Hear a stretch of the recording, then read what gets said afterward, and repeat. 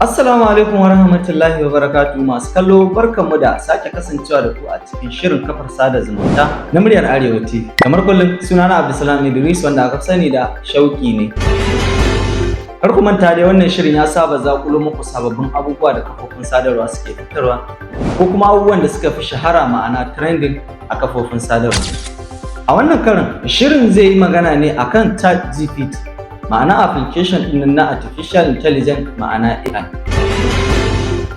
Kwanan nan za ku yawaita ganin jama'a suna ta mai da hotonsu art ko kuma ka ga hoton very sharp, very clear, ka yi tunanin ko editing ɗinsu aka yi, a'a ba editing ɗinsu aka yi ba. Aikin AI ne ma'ana artificial intelligence na ChatGPT.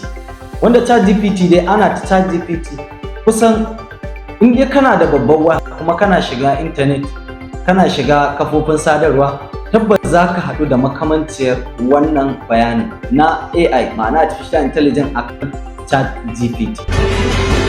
To shi da ChatGPT ana abubuwa da yawa da shi sosai. Wasu suna yin assignment. Kai duk wani abu da ka sani za ka yi na karatu a ChatGPT za ka samu. A ChatGPT fa za ka yi creating application ta yadda za ka tambaye shi ma'ana ka ba shi rubutu akan ga irin application ɗin da kake so. Ya baka code wanda zaka je kai pasting a JavaScript ya baka application din.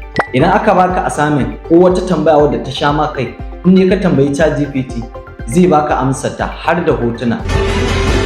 Wani abu da baku sani ba a ChatGPT shine idan ka tambaye sa yana jin Hausa zai ce maka yana ji amma ba sosai ba. Za ka yi masa tambaya da Hausa zai baka amsa da Hausa akan abin da ka tambaye sa. Sannan wasu suna gani da cewa shi fa ChatGPT ma'ana AI yana ilimantuwa ne daga iliminka. Ma'ana duk tambayar da ka mai ya samu ƙarin ilimi akan ta ne. A san da kake tambayar sa a sannan shi yake samun ƙarin ilimi a kanka. Ma'ana yawan amfani da kake da ChatGPT yawan sanin ka da zai yi. So don haka ya kuke gani shin za ku ci gaba da amfani da ChatGPT ko a'a? Wannan ci gaban shi yasa muryar Arewa TV ta ƙirƙiri wannan shiri na kafar sada zumunta domin mu ƙarar da al'umma su ƙaru mu ƙaru mu ma. Duka a nan shirin zai yada zango sai wani mako idan Allah ya kai mu. Idan kun ji daɗin wannan shirin za ku bibiyar mu domin samun wasu shirye-shiryen nan masu ƙayatarwa a kafofin sadarwa kamar su Facebook, TikTok da YouTube a muryar Arewa TV. Sai wani mako idan Allah ya kai mu.